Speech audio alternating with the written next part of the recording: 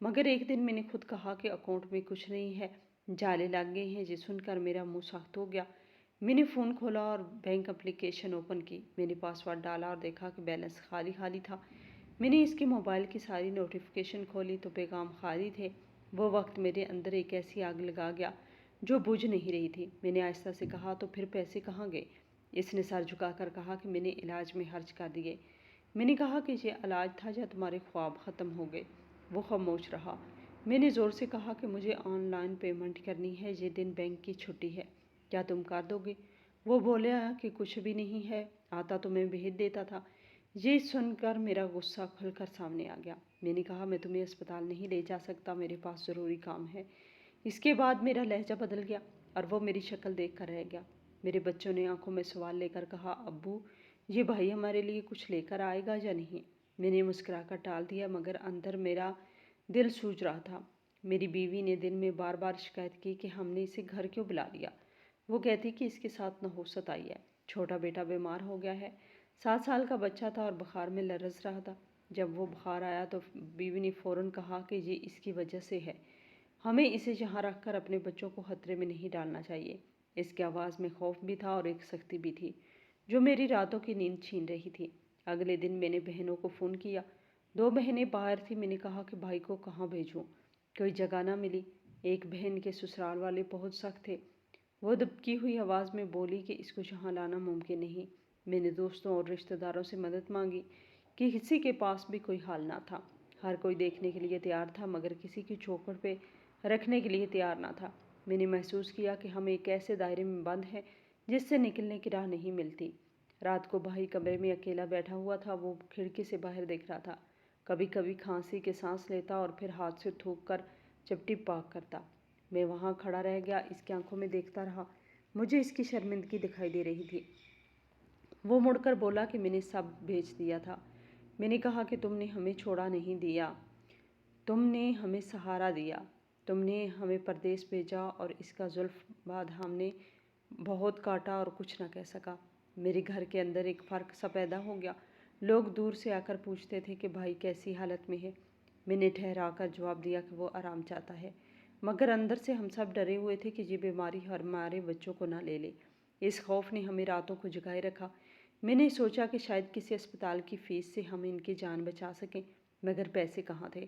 ہم نے اپنے بینک کی تفصیلات دیکھی تو وہاں بھی وہی خالی پن تھا۔